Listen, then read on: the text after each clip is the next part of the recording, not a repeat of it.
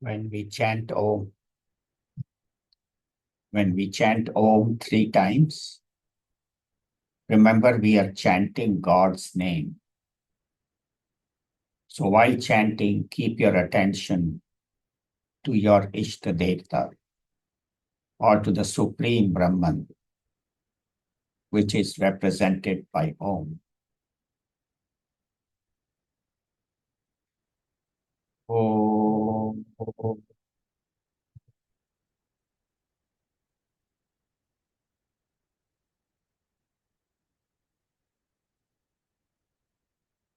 Om.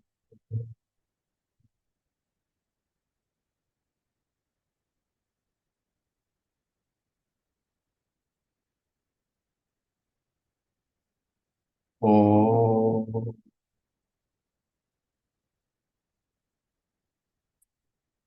Om Sahana Vavatu Sahanau Bhunaktu Sahaviryam Karavavahai Tejasvinavadhitamastu Mavit Vishavahai.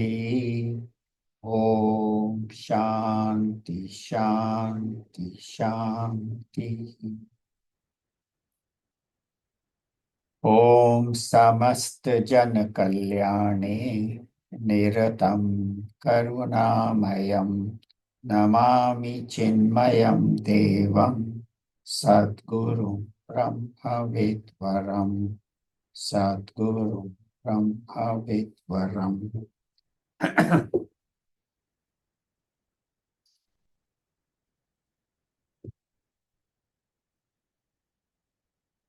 Om Parthaya Pratibodhitam Bhagavata Narayanena Swayam Vyasena Gratitam Purana Munina Madhye Mahabharatam Advaitaamritavarshini Bhagavati Ashtadashadhyayani Amba Tvamanusandadhami Bhagavad Gite Bhava Dveshini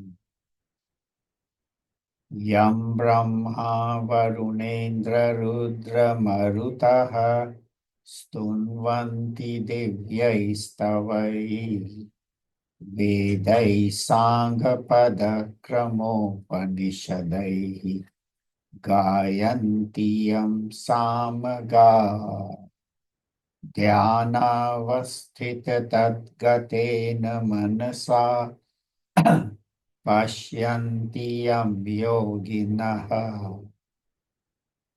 Yasyantam na vidutsura suragana Devaya tasmai namaha Devaya tasmai namaha Om Shri Ganeshaya namaha Om Shri Saraswati namaha Om Shri Gurubhyo namaha. So in the second chapter, Bhagwan Shri Krishna beautifully covered the topic of what is karma and what is karma yoga. And he says that one who practices karma yoga, dedicating his or her activities to Bhagwan, working unselfishly without I or my, without ego, his mind becomes pure, quiet, free from negativities,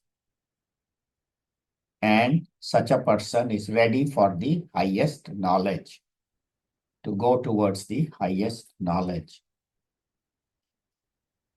Then Arjuna asked the question, Sthita Prajnasya ka bhasha. What is the characteristics of a Sthita Prajna? Sthitapaga kim prabhashe kim asit prajeta kim. How does he speak? How is he sitting? How is he established in this knowledge? And how does the man of wisdom move around in the world? So last week, Bhagwan had given us two shlokas, 55 and 56.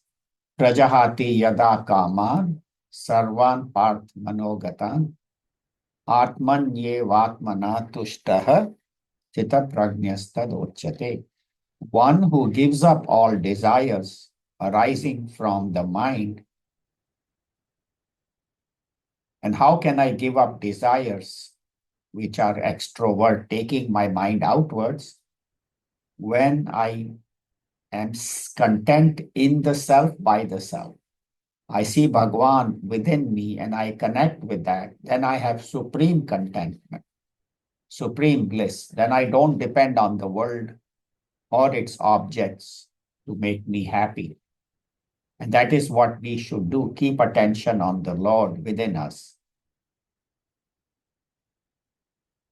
And then the next one, Bhagwan says, Dukheshu anudvigna manaha, sukheshu vigatsprihaha, vita raga bhaya krodaha, stitadir muniruchyate. Who is the man of wisdom? Who does not get perturbed by joys or by sorrows. In sorrows, he does not get disturbed. In joys, he doesn't want more and more and more. And he's free of attachment, fear, and anger.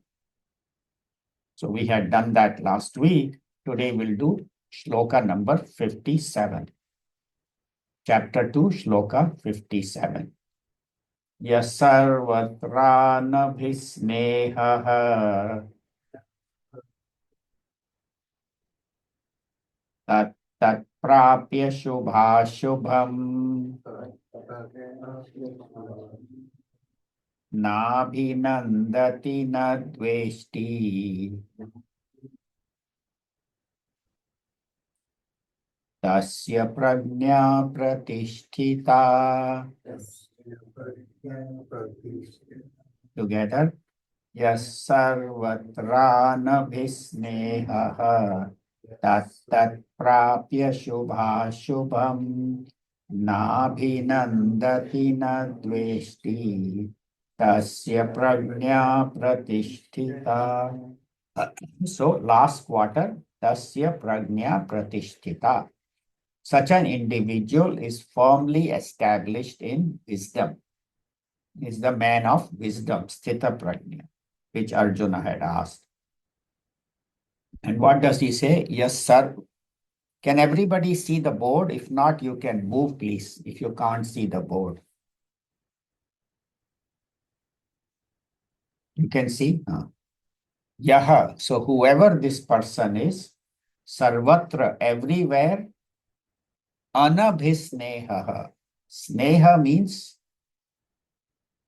sneha, one meaning is love, but here, sneha comes from sneha, means to stick. So one whose mind is stuck on objects. Sarvatra, but he says anabhisneha. Ana means he is not stuck. He is not attached to objects, not attached to things, and remains free. Tat tat prapya shubha ashubham. Whenever he receives, shubha means good, ashubham means evil. Whenever there are good and bad circumstances, even when they come to him, he does not get stuck on those things. And na abhinandati na dveshti. Neither he gets extremely elated, joyful. Oh, I am so great if things are going well. And if things are not going well, oh, he doesn't get angry and hates and blames the world, but remains balanced. Such a person is sthita prajna. So we saw sneha is the extreme attachment or stickiness to things. And we are so attached to our objects, our things, our money, our family members, wife, children. And not that one should not love, but extreme attachment where that alone is my happiness is not right, because happiness is Bhagwan. Some people are extremely attached to their dog. Without my dog, they consider him family member and brother and sleep with them. So this is attachment. It can be to anything. And then what happens when things go well, they get elated. And when things don't go well, they get angry. They become hateful. But does that mean that we should leave? We should not be attached to people, things, and I should just go put on orange clothes or go to the forest or not. No, we are not saying that.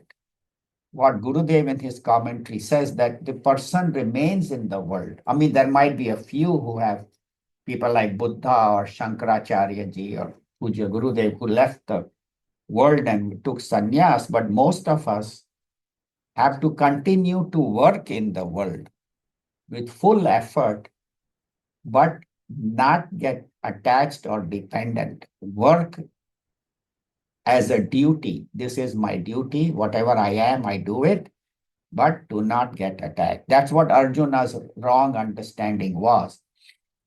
He knew that his duty was to fight against evil, but suddenly he got confused and he told Krishna that, Bhagwan, that I want to go to the forest, put on orange clothes and meditate. He was not ready. He had never, that kind of vairagya.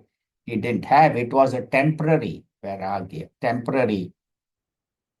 And it happens to people, when there is, say, a death in the family, or a man, his girlfriend leaves him, or he suffers a big loss in the stock market or in his business. What is the jeene ka kya fayda, let me go and give up everything. But there is a beautiful song Muhammad Rafi has sung. I'll just tell the first two lines. He says, जियो तो ऐसे जियो जैसे सब तुम्हारा है, मरो तो ऐसे मरो जैसे तुम्हारा कुछ भी नहीं.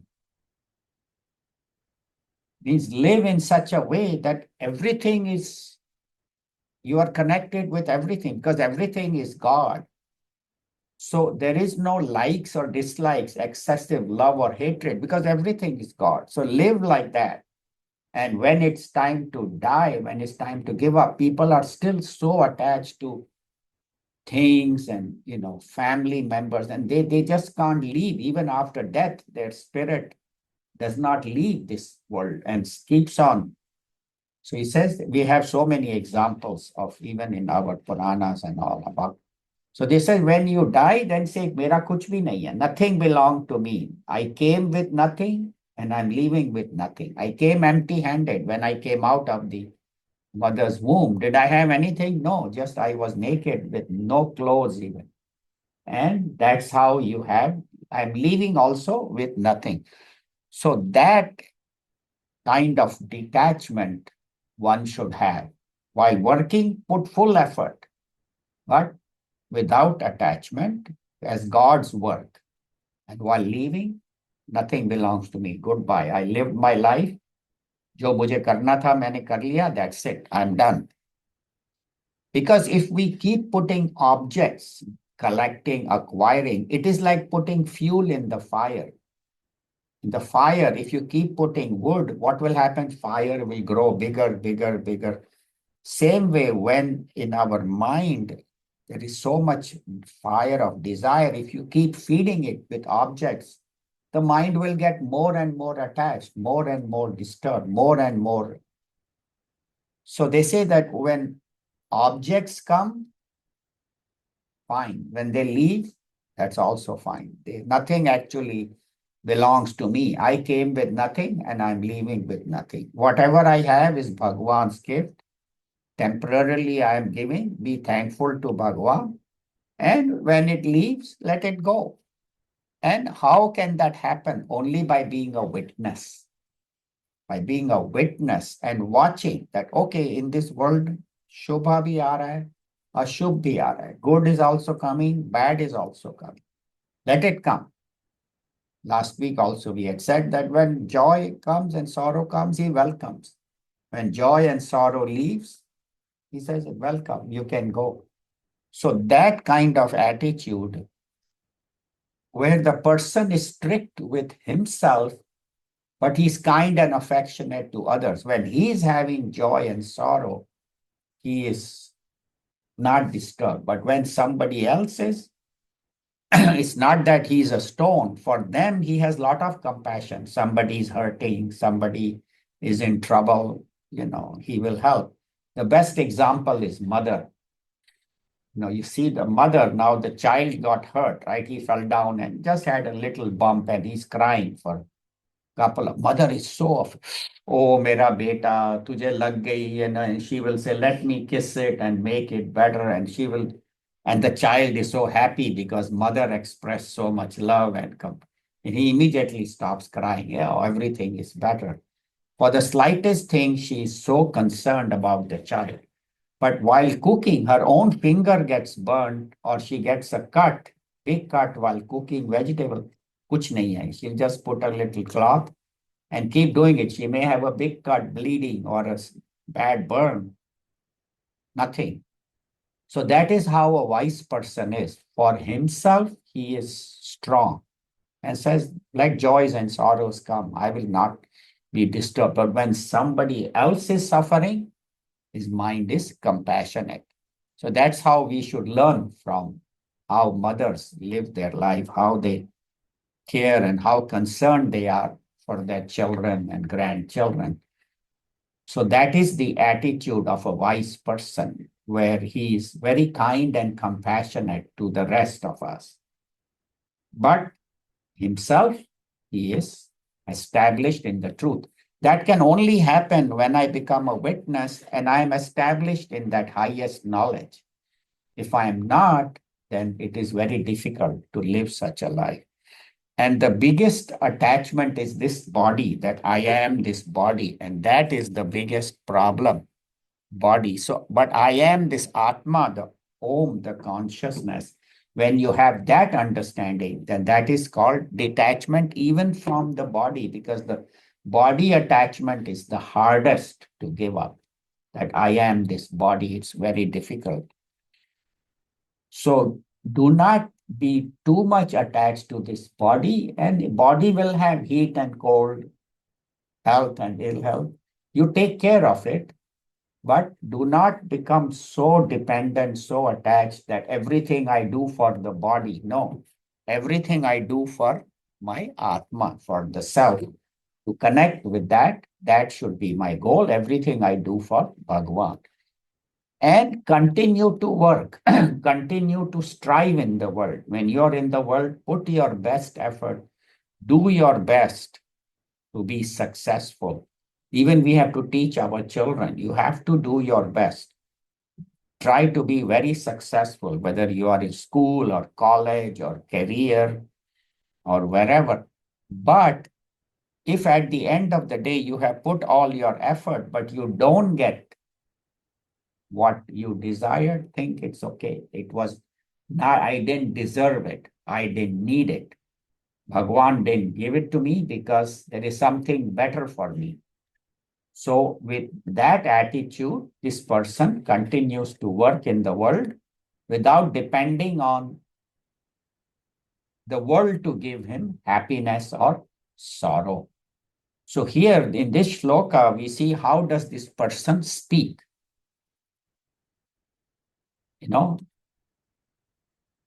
Stitadi kim prabhashe. How does he speak?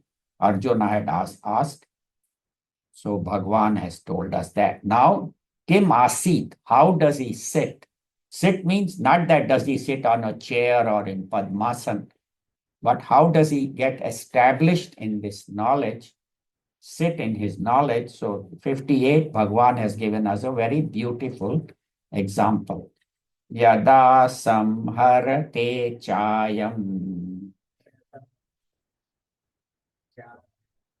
kurmonganiv sarvashah indriyanindriyarthebhyah tasya prajna pratisthita.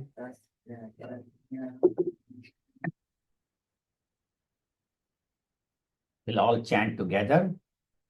Yada samharate chayam kurmongani sarvashah indriyani indriyarthebhyah tasya prajna pratisthita. So tasya prajna pratisthita, Bhagavan says in the last quarter of this verse, that who is this man of wisdom who is firmly established in this wisdom? Who is he? Yada. Yada means when samharate chayam. Cha ayam. So this person, samharate, withdraws. Samharate withdraws. How? Kurma angani eva. Eva means just as kurma, a turtle. Angani means limbs.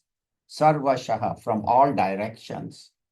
Just as a turtle withdraws his limbs, whenever he senses danger, what does a turtle do? Withdraw his limbs inside, his head, his hands, feet, everything, legs inside. The shell, because the shell is strong and he will be protected. So same way, the wise person, indriyani indriyarthebhyah, when the senses are running into the world of sense objects and the sense objects are dangerous for my spiritual growth, he quickly withdraws his senses inside. So what is the meaning? So we'll talk about that. How do the senses go to the sense objects? So science says, there is an object and I see it and it goes through the pupil into the retina where it creates an impression. And from the retina, it goes into the optic nerve and goes to the brain. And that's how we get the knowledge. But Vedanta says you don't get the knowledge from the object, go to the eyes, to the brain. Through the eyes, the mind goes out into the objects and sees the object, and then I get an image. Like I see this chair.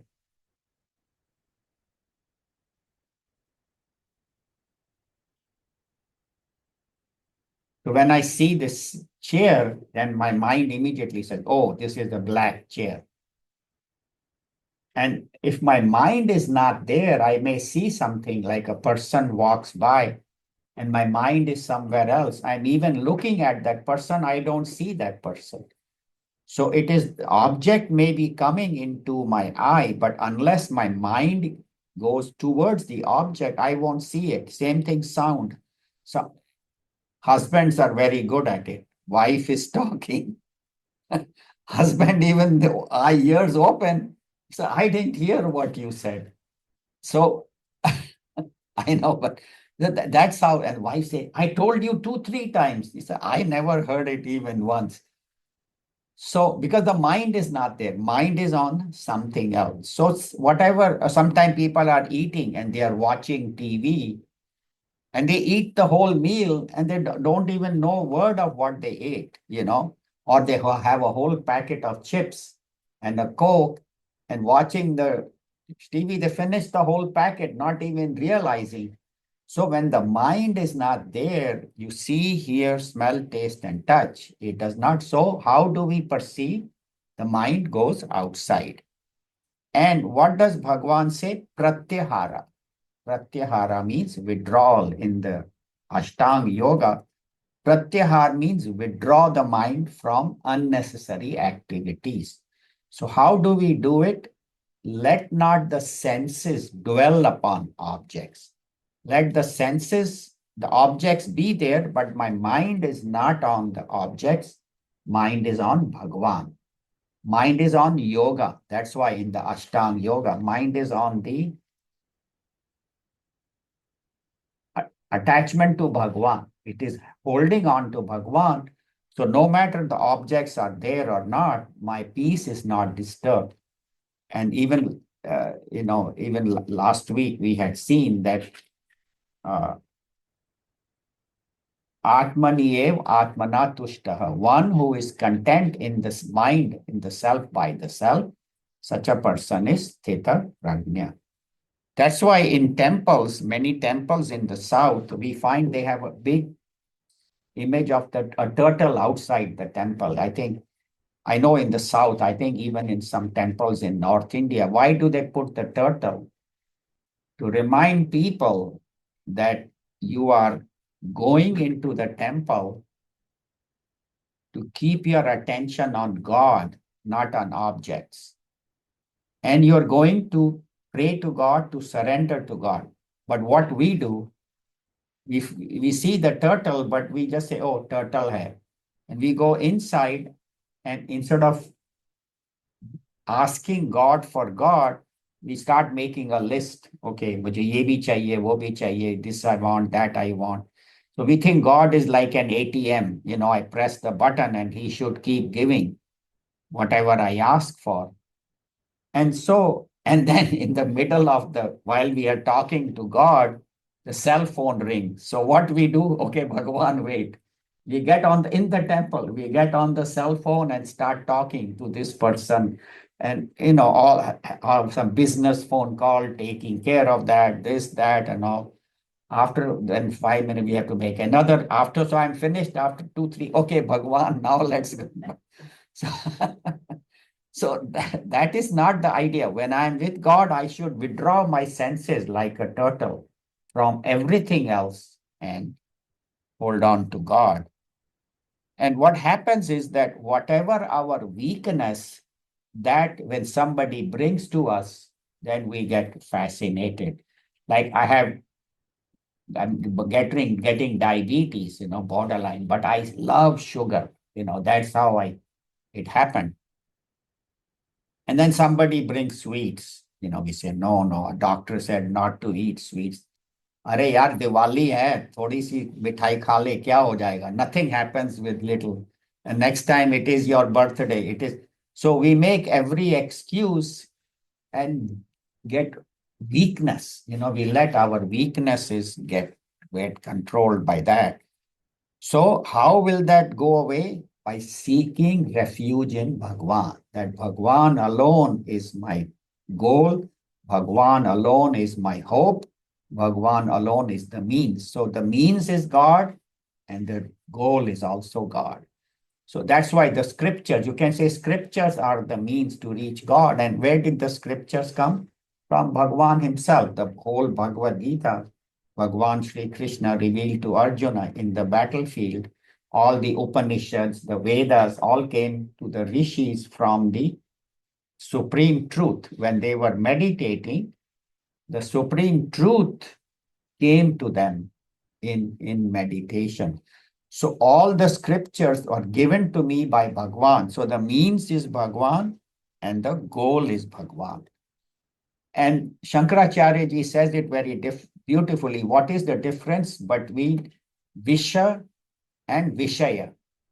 Visha means poison, right? Vish pilya. Vish is poison, Vishaya is objects. What is the difference between Visha and Vishaya? So Visha, poison, to hurt you, you have to drink it, right? You have to eat something poisonous or drink. Only then Visha affects you. Vishaya, you don't have to eat. Even far away, you see, and your mind gets deluded, mind gets confused, So the Vishaya does more damage than Visha, because Visha, if I'm not close to it, doesn't matter. But Vishaya, not only I see it, I even think of something I enjoy, and then my mind immediately runs out and forgets the truth.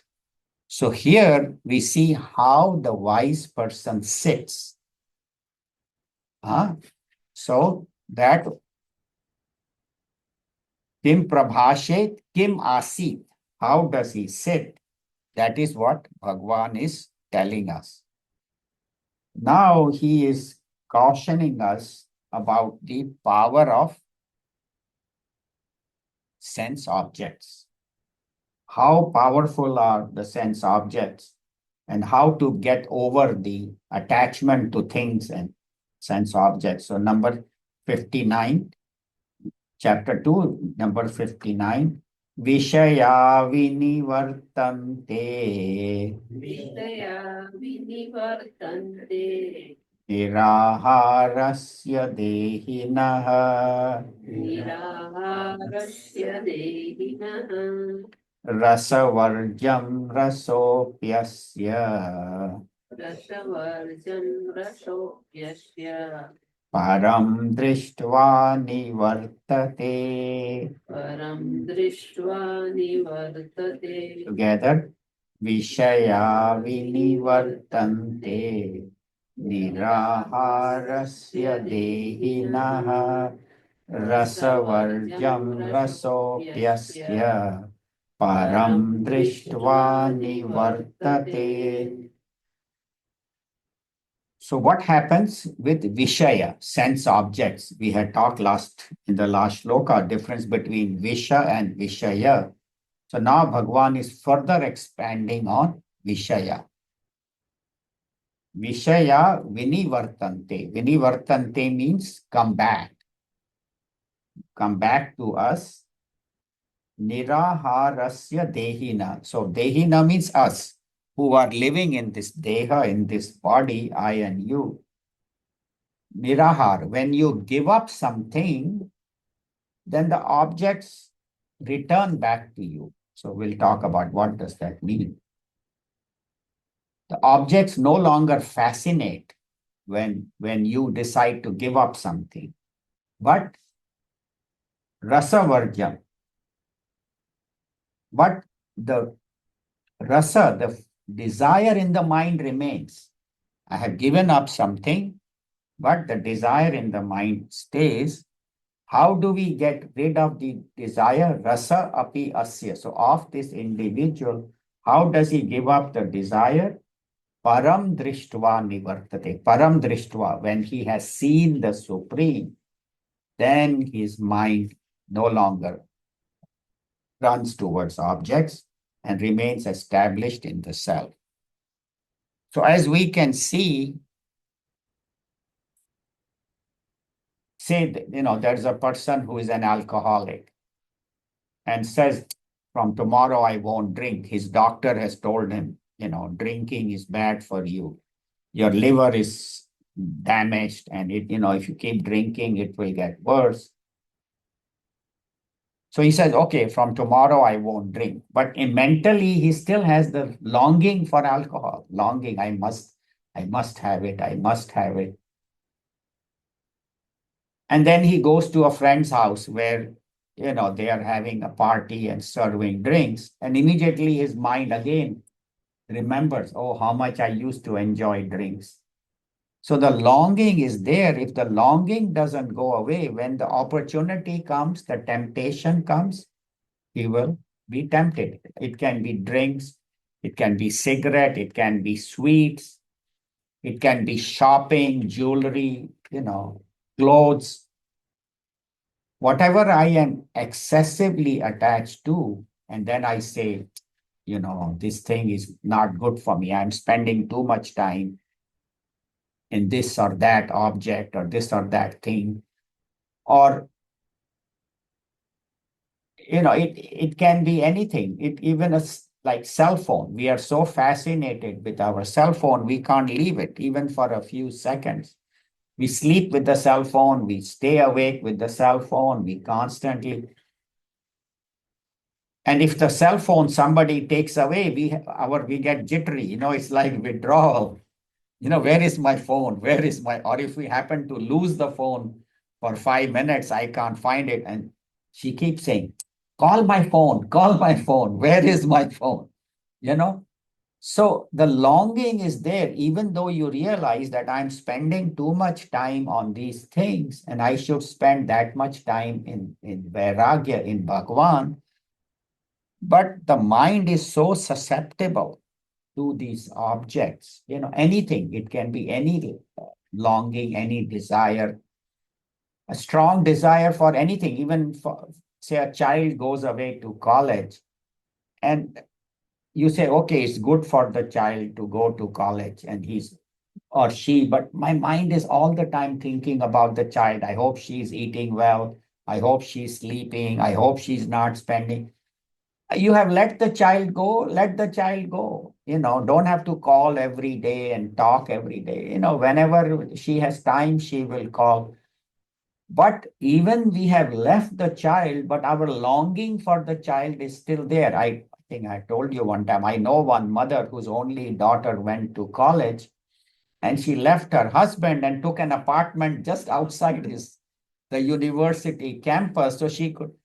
I mean, that is extreme attachment. You have let your child go, let her go. So that is called rasavarjam. And that's why they say you should practice two things, dhamma and shama.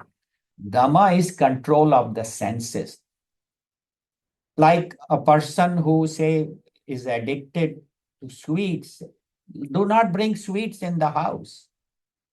So your eyes do not see sweets or drugs or alcohol or whatever you are attached to. Do not go near a sweet shop. Do not go near a jewelry store if that is your extreme fascination. Clothes.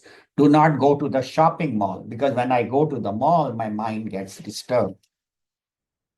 And that is Dhamma, controlling the senses. But if the mind is still thinking, then that is Shama.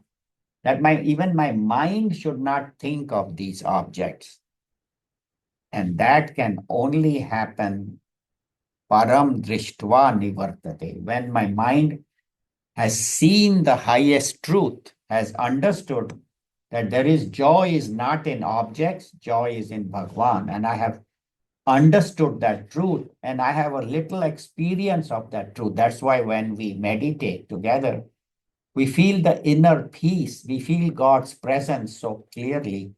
Even when you meditate alone, everybody should meditate at least few minutes every morning because that is your time with Bhagwan, the exclusive time. So when we connect with Bhagwan, then the mind is no longer tempted.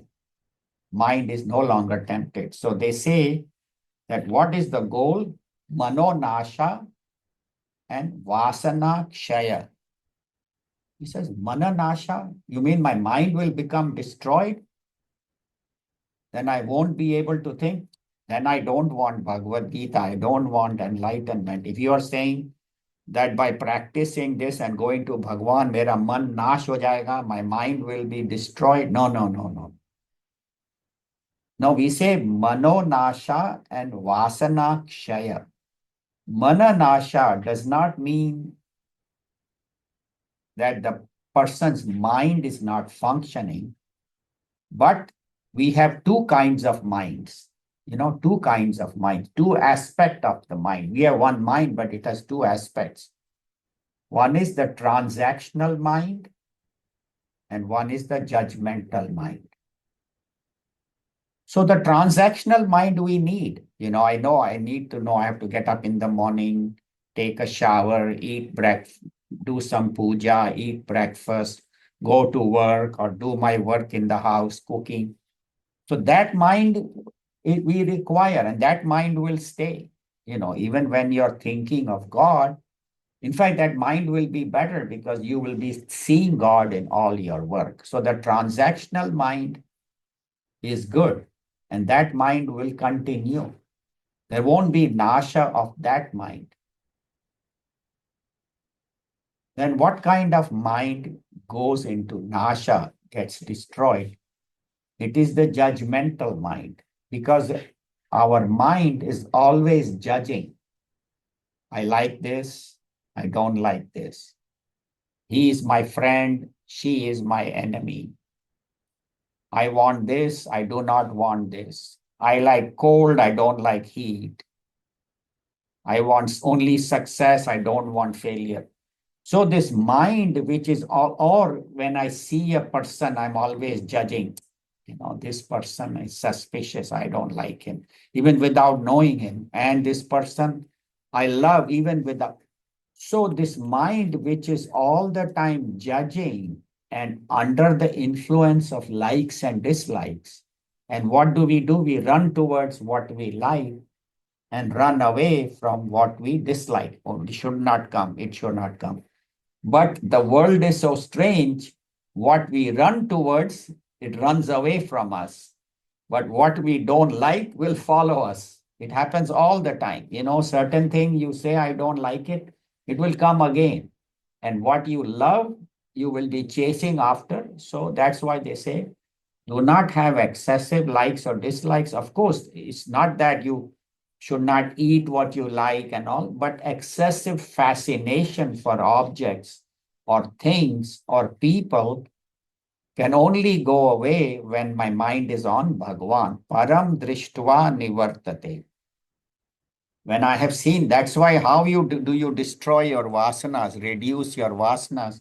By keeping your mind all the time on Om. So the mind and intellect is always centered on Bhagavan with the right knowledge. And then the world of objects, emotions, thoughts does not affect such a person whose mind is on Om, constantly centered upon Om. So that's why he says,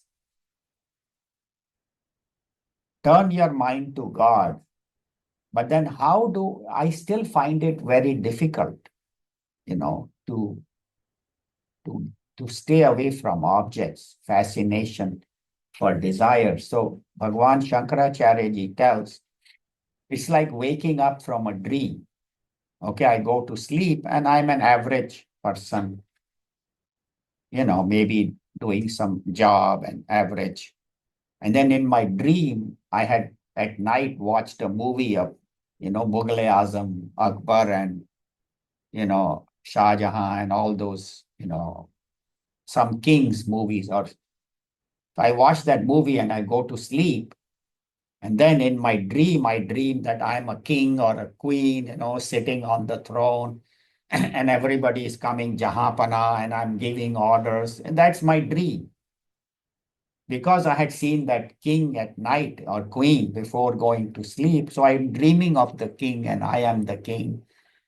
And then I wake up and then I realize I am not on the throne. I'm just sleeping in my bed in my ordinary apartment. I'm not a king or a multimillionaire.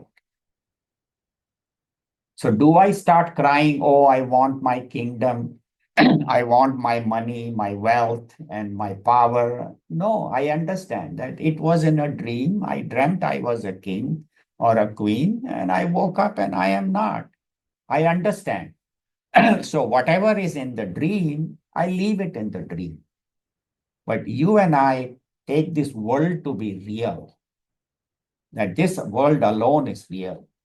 But the great masters, Bhagwan Shankaracharya ji or Swami Puja Gurudev Swami Chinmayananda or all the great teachers, Guru Nanak and all the great masters who came, Tyagaraja, Tukaram, Narsi Mehta, all those great Mahatmas, when they woke up to that truth, when they realized that that truth is me, I am that Om, then for them, this world of objects, emotions, thoughts is like a dream. They say this world is a dream and they function in the world, but their mind is always centered to the higher. They have woken up to the higher. Then for them, this world is like a dream. Then they don't cry about, oh, this object I don't have. This, I had it, it's gone away. Just as when I wake up from the dream, I don't say I want my kingdom back. You say it was a dream, it's gone. So for them who live in this higher world of zone of awareness, of conscious, they all the time remain in Om, in God. That's why Mirabai said, Bhagwan Krishna is my goal. And she always lived in that Krishna consciousness. And for her, that alone was real. So she gave up her kingdom. She was the queen.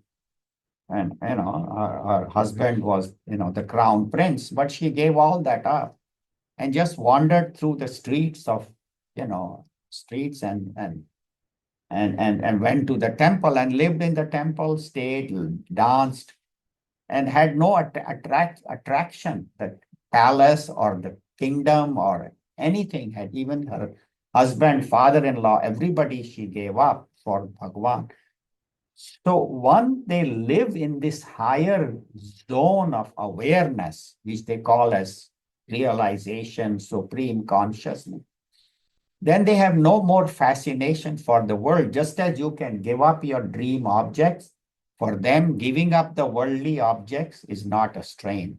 So you and I, maybe we are not at that level, but at least we can give less importance to objects, things, people, and give more importance to God. And even in people, see God in everyone. So that is the state of vasana kshaya, where I have no longer vasanas, they don't affect me, and my mind is no longer judging, no longer attached to objects. Mind is attached to God. That is manonasha and vasana kshaya. And for them, this world is like a dream. It's not that they don't function. They get up in the morning, they have to eat breakfast, they have to take a shower, they have to do all the things. When a Mahatma is asked to, Swami Tejomayanandaji says that when I go to fill out my passport and they ask me, what is your name? I don't say I am nameless. No, I am Tejomayananda. What was your date of birth? You don't say I was never born, I will never die. No, for transactional purposes, they deal with the world, but their mind is always on the higher. Now, 60 is very powerful shloka, which talks about the power of senses. How senses, we get attracted and attached to sense objects, how powerful they are. So number 60. Yatato hyapi kaunteya Yatato Kaunteya purushasya vipaschitaha Tasya Vipaschitaha indriyani pramathini Indriyam Pramati haranti prasabham manaha Paranti Prasabham Manaha yatato hyapi kaunteya Purushas together. Yatato hyapi kaunteya purushasya vipaschitaha indriyani pramathini haranti prasabham manaha. Yatato hi api. Even though a person is putting all the effort, he api. Even though he's putting effort, O Kaunteya, O Arjuna, who this Purusha Vipaschita, this wise person, is putting effort to turn his mind towards God and not get attached by the senses. And is a wise person, he knows the scripture. But what happens? Indriyani pramathini, his sense organs are so strong. Haranti prasabham manaha, they take the mind away towards sense objects, and my mind is no longer able to think properly. I'm so fascinated. I want this, I want that, I want more, more, more. And his wisdom gets very quickly disturbed. So they say that they give 5 examples in our literature, scriptural literature, about a deer, elephant, moth, fish, and bee. So deer, how does the deer get captured? The hunter makes a sound and plays some music, and the deer gets fascinated and comes close and gets captured by the hunter or gets killed by the hunter. So by sound. Elephant by touch. Like if they want to capture an elephant, what they do, they have a female elephant who is tamed, and the male elephant comes near the female elephant and they touch each other the side, and he immediately gets attracted, and they can capture that elephant. They can tie him up, they can capture him, or she takes him towards a hole and then he falls in the hole. So he gets caught by touch. So one caught by ear, one by touch. A moth, this who sees the flame and runs towards the flame, the light. And so by sight, he sees the flame and he gets burnt. They all this Parvana, Shama and all, they always have these songs. So the moth by eyes, fish by taste.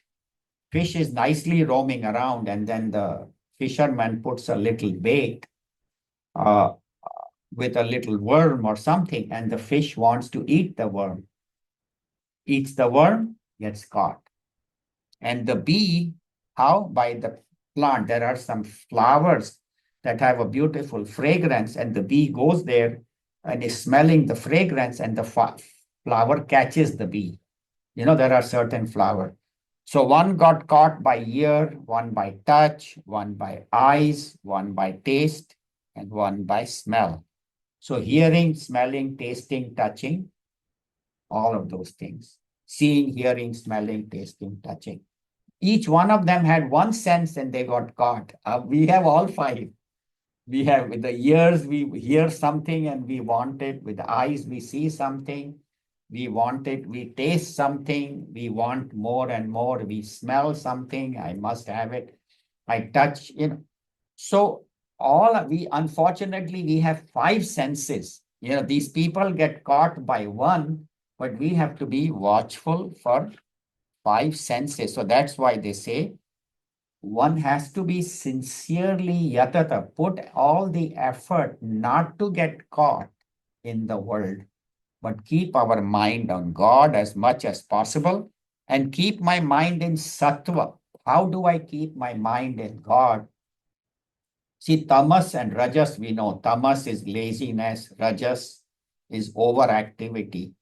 So reduce those two, reduce tamas, reduce overactivity, keep the mind in sattva.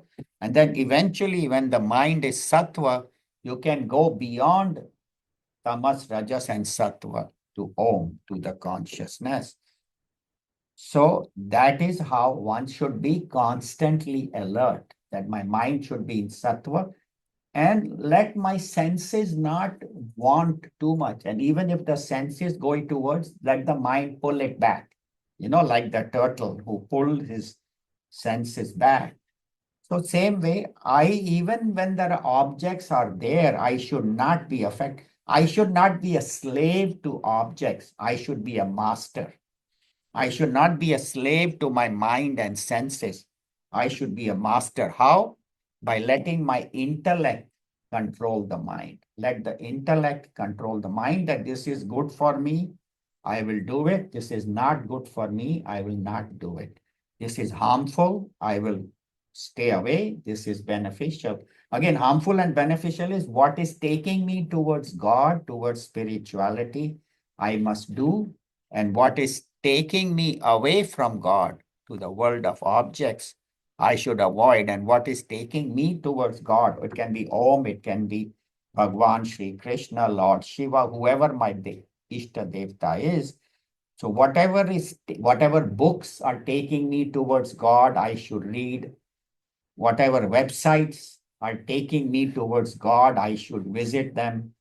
People send all kinds of WhatsApp messages. I should delete the ones that take my mind away. But if somebody sends a nice message which teaches me about God, I should read it and I should share it. So what is it that is taking me towards my highest goal? That is what I should do. So keep my mind sattvic. And what is sattvic mind?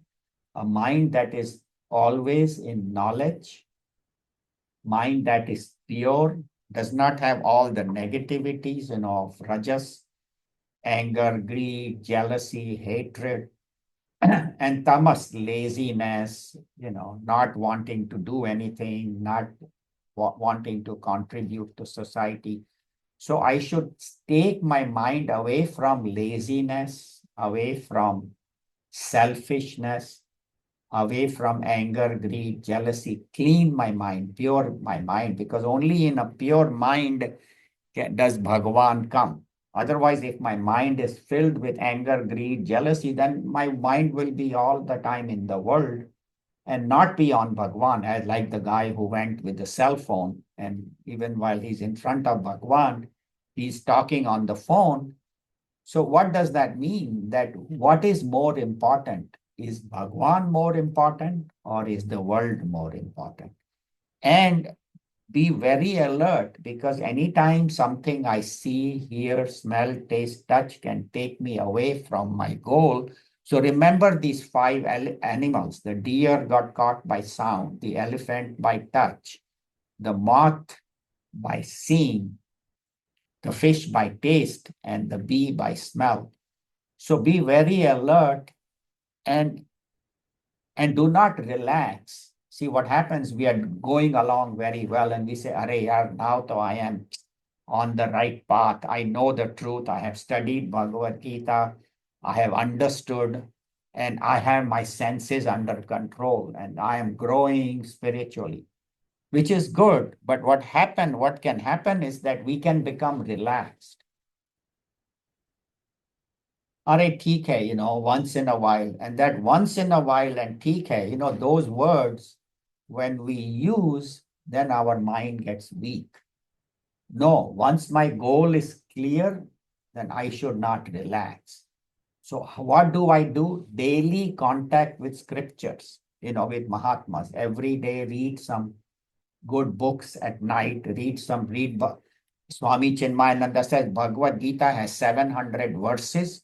Read 2 verses of Bhagavad Gita with the commentary. We have beautiful commentary of Swami Chinmayananda in the office, all 18 chapters. So every night read 2 shlokas of Bhagavad Gita with the commentary. In 1 year, you will have read the whole Bhagavad Gita. So read 2 shlokas, think about them, contemplate. So keep your mind in touch with the scriptures, with the Mahatmas. Like we have so many wonderful Swamijis coming to Bakersfield every 2 months. We'll have somebody in December and then in April, in February, December, February, April. Every 2 months, we will have some Mahatmas. So keep in touch with the Mahatmas. Sit down and listen to them, be in their company, bring food for them, spend time with the Mahatmas. So that's how you keep your mind constantly in this highest knowledge. And then daily doing some puja, some formal puja, chanting the name of Bhagavan, sit in front of God and talk to Bhagavan and say, Bhagavan, I want you. I don't want anything else. I want you and you alone. And say, oh, how about my other problems? Bhagavan already knows you have these problems. You just surrender to him and he will take care of it. And whatever is happening is for my good. With that understanding, then I have no complaints from Bhagavan. Ye kyun nahi hai, wo kyun nahi hai, why don't I have this? Why don't I have that? I am happy with whatever I have. So such a person whose mind is always alert, and no matter what temptations come from the world, his mind is always centered in the self. Tasya prajna pratisthita. That's how, and that's what we says, Kim asit vrajet kim. How does this person move around in the world? So Bhagavan answers the 3 things. How does he deal with the world? How does he talk? How does he think? How does he establish in the knowledge? And how does he move around and deal with the objects and the situations of the world? So Bhagavan has in his 3 or 4 shlokas answered, but the remaining shlokas from 61 to 72, what he has given in brief in these 4 shlokas that we covered today, Bhagavan in the next 12 shlokas will expand on that. Further commentary on his own words, further, because sometimes he feels that this knowledge needs more explanation. So next week, we won't have Bhagavad Gita or meditation class because we have the Gita, the Diwali Mela, and that starts at 10:30. So please come at 10:30.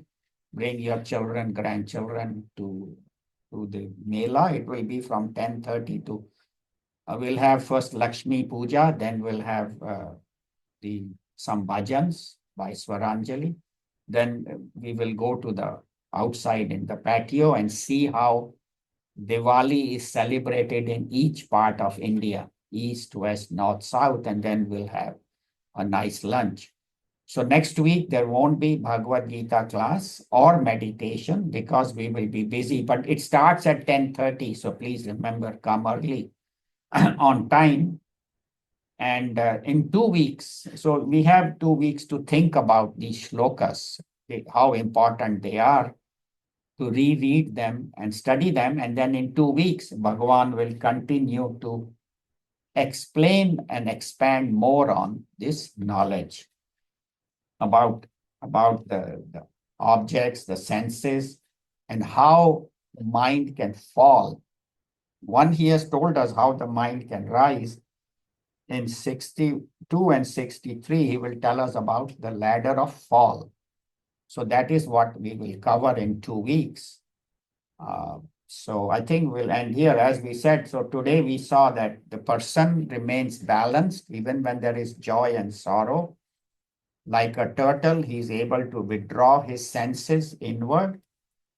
And even after giving up the objects, when there is a taste, he gives that up when he keeps his mind on God, and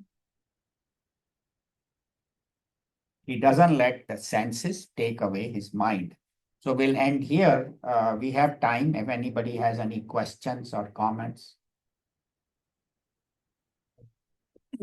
I have a little, I'm trying to understand, grasp all these things. Yeah, a little loud you I'm can. trying to understand and grasp all these things. Right.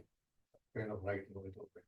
So what I understood from today's a little bit gist is, so the journey of spiritual fulfillment and liberation involves transcending the attachment desires Right.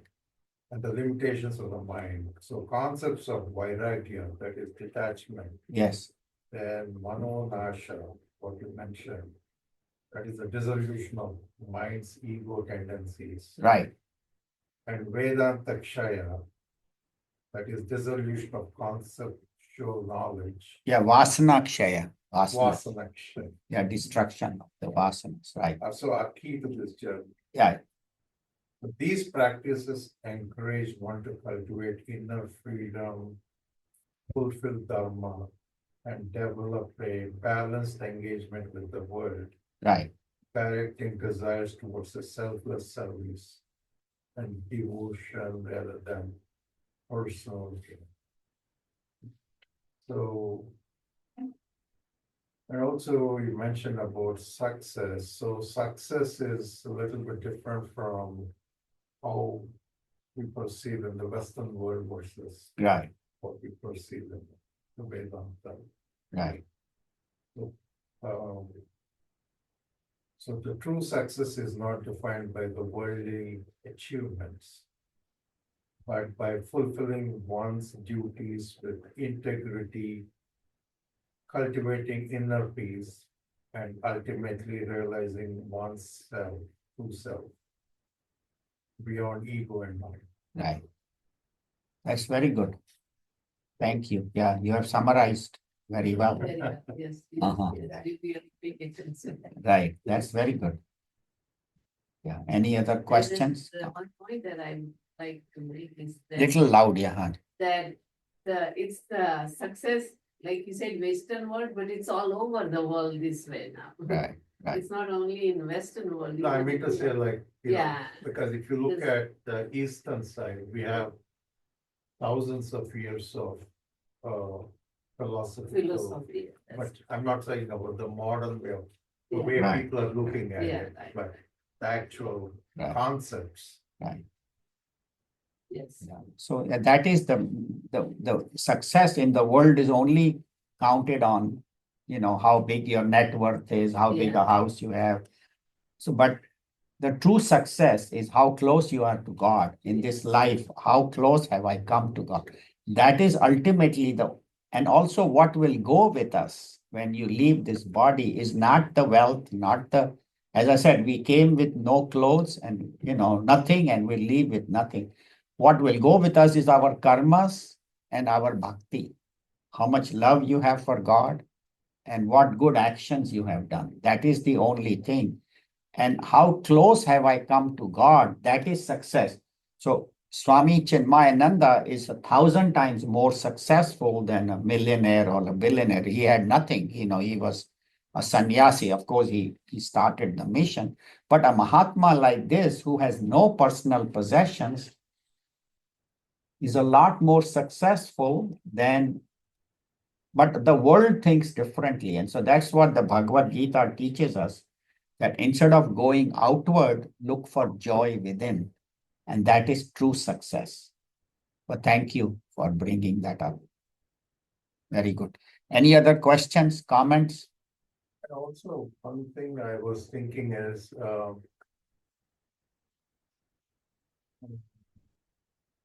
the Little loud because the Zoom yeah, can hear. so how much the vasanas play, like say, the senses Right. are the windows for the mind, right? So when we are born, everybody's senses are pretty much the same, but the mind is based upon vasanas. Right. It is the vasanas, the tendencies that determine my actions. So the goal of life is to reduce selfish tendencies, vasanas, and increase my positive not that you cannot call them vasanas, but my positive tendencies to go towards the truth. And that is the vasanas are the causal body. And the subtle body is the mind and intellect. The gross body is this visible body. But it is the vasanas that determine my good and bad actions. So some vasanas we are born with and some we acquire in this life. So the goal of spirituality is to convert my negative desires to positive desires for God. I think Lata has a question. Go ahead, Lata. You can unmute. Sorry, yeah. Okay, he's going to do it, Amit. 1 second, yeah, we'll do it. Oh, there are 12 participants. That's good.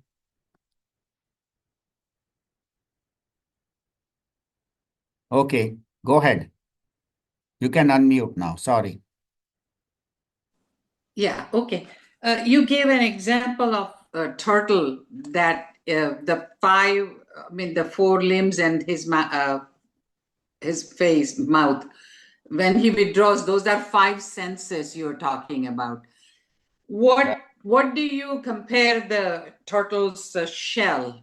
What are we? The senses are withdrawn into the shell. Shell is what? Shell is Bhagwan. Okay. Shell is the inner peace of mind, the truth. And when your mind is withdrawn to Bhagwan, then the senses no longer affect. So also it can mean the truth. It can mean spiritual knowledge. If my mind is in this spiritual knowledge, that becomes a shell that protects me.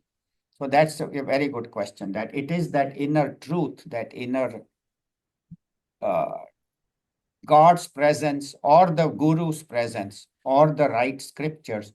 So understanding that what the Bhagavad Gita says in this situation, what Bhagwan has said in the Gita, what the Mahatmas have said, that becomes my shell.